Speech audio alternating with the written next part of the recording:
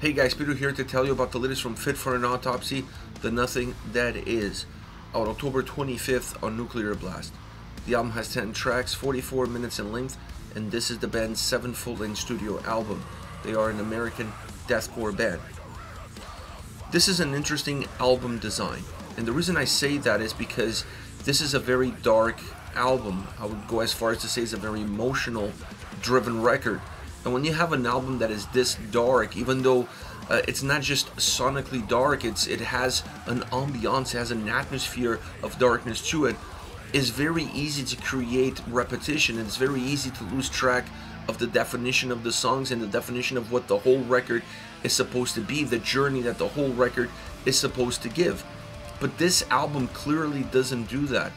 It keeps that mood, it keeps that ambiance almost hidden at times behind a veil, a very thin veil, but it knows exactly how to keep the listener engaged and connected and coming back for more, working extremely well in order for these songs to give the most out of themselves from an individual standpoint, but also giving the most out of themselves into what the overall path of the record is supposed to be, the journey that's supposed to give, the end result that is supposed to have when you reach that last song. So for an album that feels very simple in its design approach, very straightforward in its design approach, it does offer a more complex path than what it looks at first glance. As far as the sound goes, this is not an album where the band is necessarily reevaluating what they want to sound like. The DNA of the band over the last couple of records is present on this album. The moment you press play, you know you're listening to a Fit for an Autopsy record. The guitar sound, the drum sound, the vocal approach, to a certain degree, everything is there that we've come to become used to when it comes to a Fit for an Autopsy record. So sonically, I don't necessarily see this album that different from its predecessors, at least at its core, and what it offers and what it gives and what it uses. Where I think sonically this album goes in a different direction is that emotional drive that it has, that darkness, that perspective that it offers of it being a lot more dire. It feels like it's a more dire record, almost like there's no single light at the end of the tunnel when you listen to this album.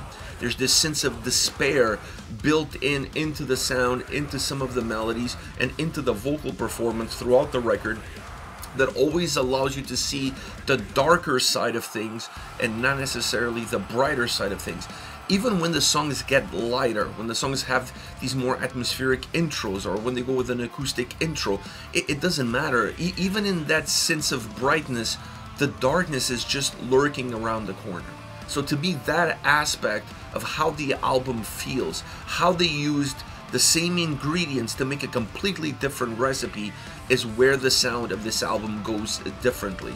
And I think this is unlocking something that we hadn't seen from the band before, which allowed them to create richer sounding songs, more textured sounding songs, bringing elements outside of the genre that are not necessarily trademarks of deathcore, incorporating them into their songs in a way that has an effect on that mood, on that vibe, on that veil.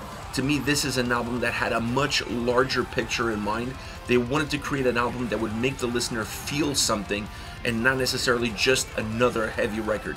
It still is a very brutal and heavy record, don't get me wrong, but the ability to use the sound to make you feel something beyond it is where this album goes differently from its predecessors. We saw some of glimpses of this at least in the last two albums. We're starting to see the band going in this direction, but I don't think they've ever been able to put all the chips in. They've never gone all in on this sort of feel, on this sort of vibe, on this sort of end result. And on this record, they didn't hold back. They definitely brought in a much darker side of their sound, a much somber side of their sound, while keeping all of the elements, all of the DNA that we've come to appreciate from Fit for an Autopsy alive and well. And you don't need to go too far. The guitar sound on this record is exactly what you would expect. That heavy, punchy, great breakdowns, nice guitar solo here and there to add some more melody to the tracks, a lot of technicalities, a lot of technical elements into the guitar playing, a lot of layers to the guitars that allow you to hear the heaviness of the band on one side, but then the more melodic driven sound on the other. Not afraid of using everything that they have at their display to create a lot more mature sounding songs, but still keeping their essence alive and well. So the guitars on this record, in my opinion, is perhaps the element that at first glance might seem like it hasn't changed a lot, but I think it's the one that matured the most. Now, once it comes into the drums, I've always been a fan of the drum sound on a Fit for an Autopsy record. It's not overpowering. They always allow the guitars to be in the forefront, but the drums are never that far behind. And this record is no different. The heaviness of the drums, the power of the drums, the texture, the drum sound. There are songs on this record that the drum sound travels extremely well, and it also creates this sense of depth that is not always there when it comes to deathcore as a genre. Like, you hear the heaviness of the drums, you hear the double bass, you hear all of that, and then you hear the splashing of the cymbals at such a far distance from it, breaking through the overall wall of sound, wall of heaviness that's been created. This is creating depth, this is creating movement, this is making the songs feel bigger with more impact. And I felt like on this record, the drums were very close to what we've seen, but there was a few little twists and turns, perhaps not as many as I saw on the guitars, a little bit more consistency as we've seen the build up over the last couple of albums, but still the impact is undeniable. Now it comes the vocals. I think this is where I saw also a big leap. In a big leap, not in terms of what it was used, but in terms of what it was used for. And what I mean by that is that when it comes to the harsh vocals side, Joe is phenomenal. The harsh vocals on this record, man, they're gritty, they're powerful. I would go as far as to say they're even emotional to a certain degree. And the lyrical content on this album is off the charts. They really have become lyrical juggernauts as their career has progressed. I go back to some of their previous albums, some of their previous songs, and you can take one-liners out of tracks that are just outstanding. They could make a t-shirt with those one-liners, almost things that have a personal impact on the listener. Regardless of what drove that line, when you hear it, it resonates with the person who's listening to. This album is no different. It's filled with those one-liners, with those catchy hooks, with those great choruses that stay in your brain, that make you pause and make you think, and it make you dive a little bit deeper into the rest of the lyrical content. So that side of the record is well established, and is something that we've seen moving laterally from record to record. The part that I thought was really interesting to me was the clean vocals. The clean vocals are spread out throughout the record, but they're not clean vocals in the forefront. They're clean vocals almost recorded at the distance. What those clean vocals do at the distance is, at first glance, they seem to create a little bit more of a traditional, almost metalcore approach to the track. But because they're at the distance, they don't have that same impact. They don't make the songs thinner. They don't make the songs poppier or catchier or hookier. What they do is they make the songs darker. They make the songs feel somber. The delivery, the distance in the sound, the distance that the vocals have to travel, make you feel like you're deeper and deeper in that darkness, in that pit of darkness that this whole album provides. And I thought that was genius. Here you are on a deathcore album using clean vocals, but not in your prototypical traditional way of being in the forefront, maybe hitting you up in the chorus, maybe two lines in the verses.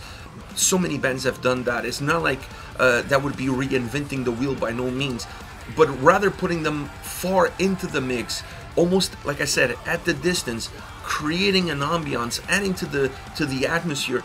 Some tracks musically don't necessarily feel dark, but when you get those clean vocals coming at you, almost like a haunting voice in the background, man, that becomes a little bit more eerie. That becomes a little bit more haunting, a little bit more somber. And that, to me, was another nail in the coffin as far as the overall ambiance, the overall vibe that this record develops and provides. Which, when you put all of these pieces together, what you have here is one of their best records to date. I'm not gonna go on record and say this is their best album, because to me, The Sea of Tragically Beast is still it's still my favorite album from Fit for an Autopsy. It's going to be hard to top that one, but this one is not that far behind. It's really biting at its heels. It's a great record. It has so much texture to it. It's a very rich album. It's a very mature album. It's an album that continues the DNA of the band, but it allows itself to evolve into something different, but yet the same, and that is the trick with a record like this. I think this is an album that deserves the listener's attention. It deserves to go a little bit deeper into it, because it has a lot to offer beyond what you see just at the surface. As far as favorite songs are concerned, I need to start off with Spoils of the Horde. Heavy track, the drums and guitars really kick ass, and they kick the doors in, because the song starts off not necessarily heavy, but it has a nice built-in intro, and then the drums and guitars kick in the door and start to deliver that heaviness, that sense of direction that the vocals also help define. It's the core of the brutality of the song. An absolute banger of a track, heavy hitting song. The atmospheric elements, those almost orchestral, electronic ambiance elements that the track has, very thin. It's not like it's predominant, it's really a layer, but they are really important in creating that veil and adding to the overall atmosphere. And then once again, the clean vocals, like I mentioned before, at the distance, add to that sense of darkness, brings that sense of darkness into the forefront of what this song is all about, and I think that's a huge part of what this song is. And then you have a great guitar solo, something perhaps you're not expecting on a deathcore album, but the guitar solo on this track, while being clear and bright and technical to a certain extent, I also felt the melancholy in it, and within that melancholy there is some darkness. And then you have a sick breakdown on top of it all, showing that you could have sick breakdowns and solos and really moody songs and still be absolutely brutal and heavy, and that's what this song is. This song is all of the above. It's almost like they asked them what they wanted in the song and they said everything. Next we have Weaker Wolves. First of all, I love the drum sound on this track. It's heavy, it's fluid, and it helps the heaviness and fluidity of the song itself. It's a song that doesn't let itself get dragged down by how heavy it is. How often do you have tracks that lose a little bit of momentum because of how heavy and brutal they need to be? Almost the more you slow down, the heavier you become. This track kind of proves that wrong and allows the two things to work in parallel with one another. The vocals bring a lot of intensity, they bring a lot of aggression.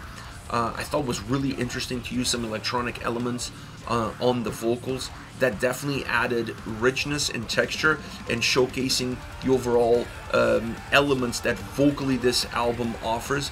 Very traditional deathcore song from a structural point of view, but it has so many small little twists and turns, including some more hardcore, pure hardcore style riffage that makes this a very unique track in terms of how it's constructed and then the elements that went into it in order for that construction to come to life.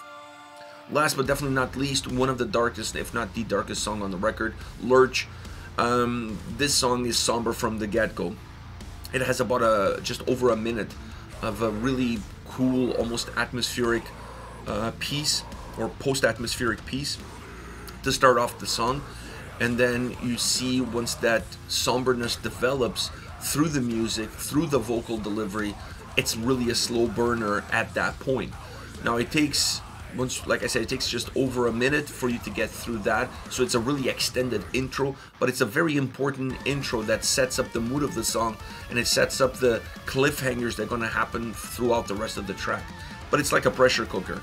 Once that lid comes off, the song becomes filled with despair, darkness, but in a heavier emotional way. The song becomes heavier as well, a lot heavier, both musically and vocally.